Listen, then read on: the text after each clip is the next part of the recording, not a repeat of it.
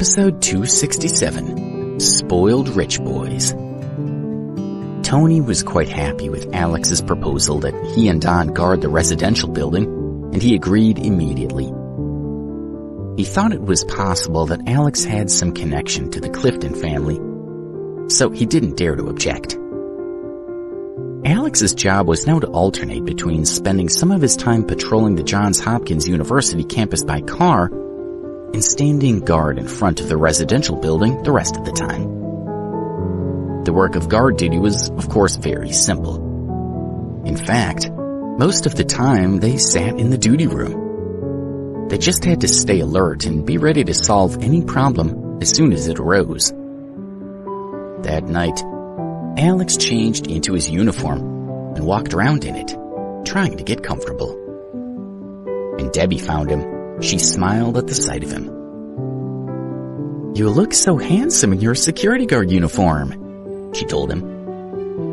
When she finished class at 9 o'clock, she walked around the campus looking for Alex, but couldn't find him anywhere. Just as she was starting to give up, she had found him inside the residential building. "Why are you back so late? Have you eaten yet?" he asked with concern. He had expected her to finish her classes much earlier on her first day. "Yes, I've only just finished. My new teacher is awesome. He taught me so much on my first day that I spent the evening in the study room reviewing what he said.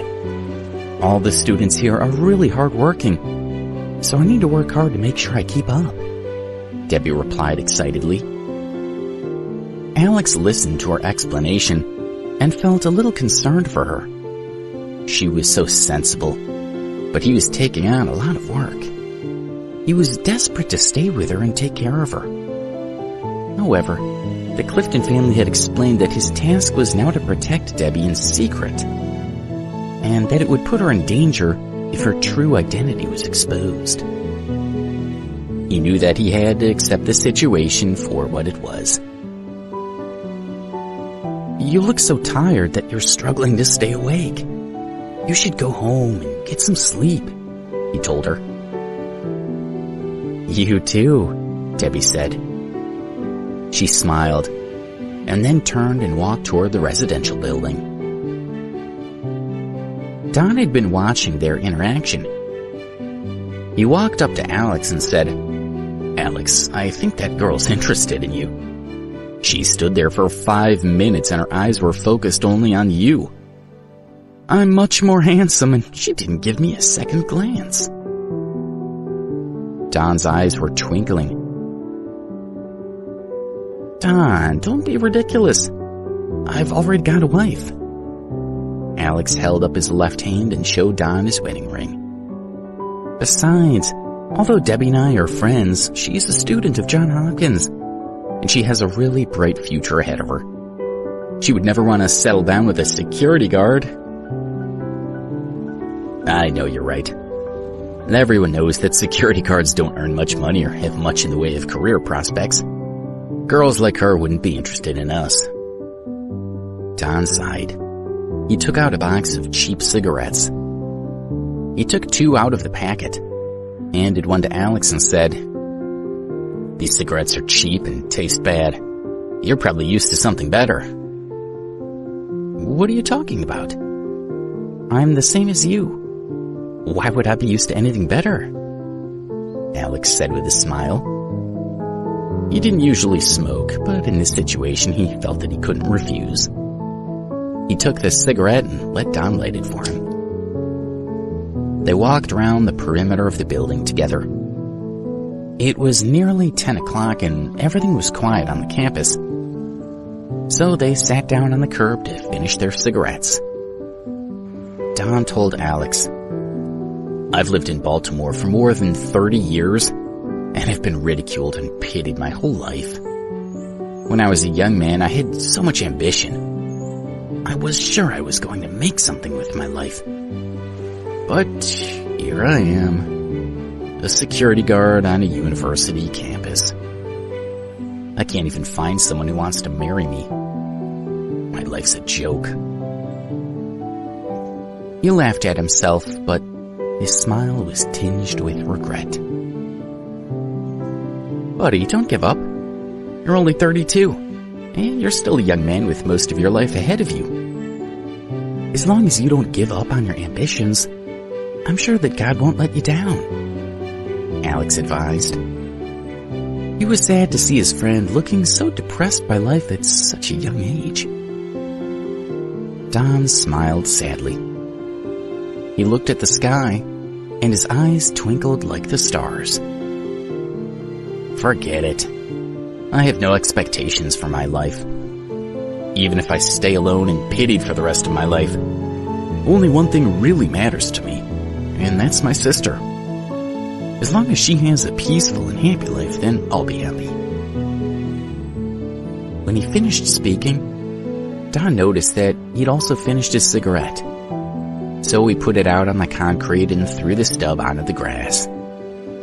As he stood up, he wiped the ash off his pants and said, I've enjoyed our chat.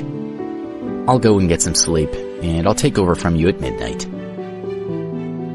Then he turned and walked toward the house. He headed for the guard's restroom. Watching Don walking away, Alex became thoughtful. Don's just a security guard, and yet he has so much stress and responsibility about him. It seems that there are a few people in the world who are truly without any burdens. Alex took a puff of his cigarette, closed his eyes, and tasted the nicotine. The cigarette was helping him relax. The next day, Alex got up early and went for a 2-mile run around the campus ring road. Then he went to the canteen and had a quick breakfast. By 7:30, he was already standing guard outside the door of the residential building. He beckoned to Debbie when he saw her walk out. I've got 3 classes today, all of which are very important. I want to get to the classroom early to get a seat at the front, she told him. She was thriving in the studious atmosphere of Johns Hopkins and fully immersed in her studies. She was overwhelmed by her thirst for knowledge. At 4 p.m., as he stood in the guard box, he saw Debbie returning from class carrying a notebook. She looked a little confused. What's wrong, Debbie? He asked. It's nothing. The teacher gave us so much information today, I don't think I digested everything. I need to go back over it all tonight, she replied with a small smile. She didn't want Alex to worry about her. Well, you're so smart that I'm sure you've taken in and understood more than you think you have. It's also important that you rest and don't work too hard, Alex said in a reassuring voice. Debbie nodded and went into the residential building. After 10 minutes, Don came and took over from Alex at his post. It was at that moment that a black BMW X7 approached slowly on the campus ring road. The driver seemed to spot the residential building and head toward it. Alex frowned slightly as he watched the car approach. It stopped beside Alex and the window slid down. A young man looked at him and said, "Hey, raise the barrier." Alex was surprised by his arrogant attitude. The young man's name was Julian Duvant, and he was a famous playboy in Baltimore. That particular day, he and his cousin Chris Stedman were cruising around the university campus. Alex noticed that there were 2 young men in the car, both in their early 20s, and that the man in the passenger seat was absorbed by his cell phone. Both the young men were handsome and fashionably dressed. It was obvious that they were rich. Don had told Alex that only the residents of Johns Hopkins residential building were allowed to drive in. No other cars were permitted past the security gate. "Are you a resident here?" he asked the driver. He knew that he had to ask because it was obvious that the two young men were neither staff nor students at the university. "What are you talking about? Didn't you hear me telling you to raise the gate?" Julian said angrily. He couldn't believe that a security guard had the audacity to question him. Alex felt angry. "This guy's a bully," he thought. Hearing Julian's angry rebuke of Alex, Don rushed over thinking, "Alex is too inexperienced to know how to deal with situations like this. It needs to be handled carefully so it doesn't flare up." He stepped in front of Alex, looked at Julian and asked, "What's going on?" with an appeasing smile. When Julian complained that Alex was refusing to let him pass, Don said, "I'm afraid that no one except staff and students are allowed into the residential building. Please try to understand that my colleague is just following the rules." "Why, you're as bad as he is. How dare you question my right to drive where I want?" Julian shouted. He opened the car door and stepped out of the car. Without saying another word, he walked over and slapped Don in the face. Don was stunned.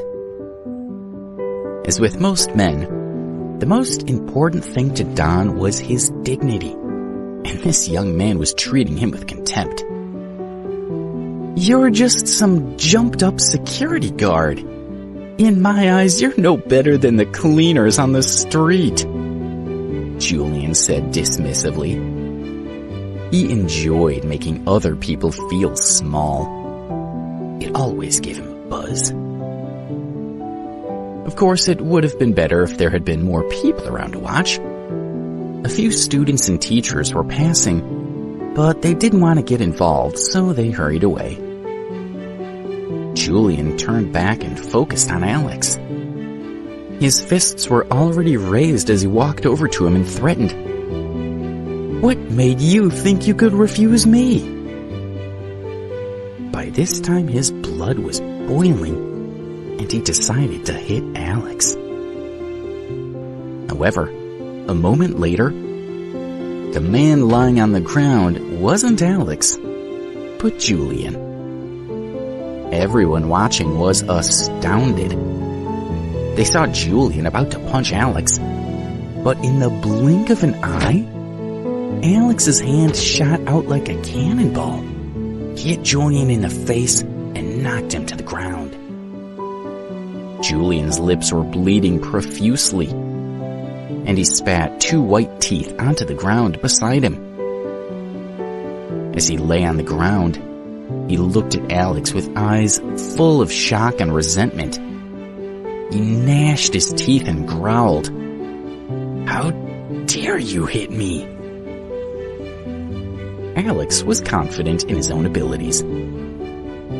He had fought and beaten many more fearsome opponents, and he had no fear of this rich, spoiled young man. Usually, Alex refused to act on impulse, but Julian had gone too far. He had trampled on Don's dignity, and Alex had no intention of letting him get away with it. "Only residents can pass through the barrier. Please get back in your car and drive away immediately. Your car is blocking other vehicles from entering," he said calmly as he looked down at Julian, who was still lying on the ground. Don was frantic with worry. The young man from the car was obviously from a powerful family, and he knew that it wasn't wise to upset people like that. He decided to apologize to Julian on Alex's behalf. "It was our mistake, sir," he said. "My colleague is new to the job. Please, accept our apologies. I'm going to lift the barrier for you now." "Don, don't." Alex touched Don's arm and shook his head slightly. The young man was clearly at fault, and it was him who should apologize. "You two are going to regret how you've treated me today," Julian said as he got up from the ground. He'd been humiliated in public, and he was going to make sure that someone paid for it. He was determined not to let two lowly security guards get the better of him. "Come on, let's go," Chris urged his cousin from inside the car. "I can't just let it go," Julian replied. He just couldn't accept defeat. Since childhood, he had never let anyone as inferior as a security guard get the better of him. He felt totally humiliated. "Just get in the car. Let's go," Chris repeated. Julian had no other option. But before he left, he looked at Alex and Don with hatred and said, "You wait. You'll regret what happened here today." With another glare at the security guards, he got in the car and drove away.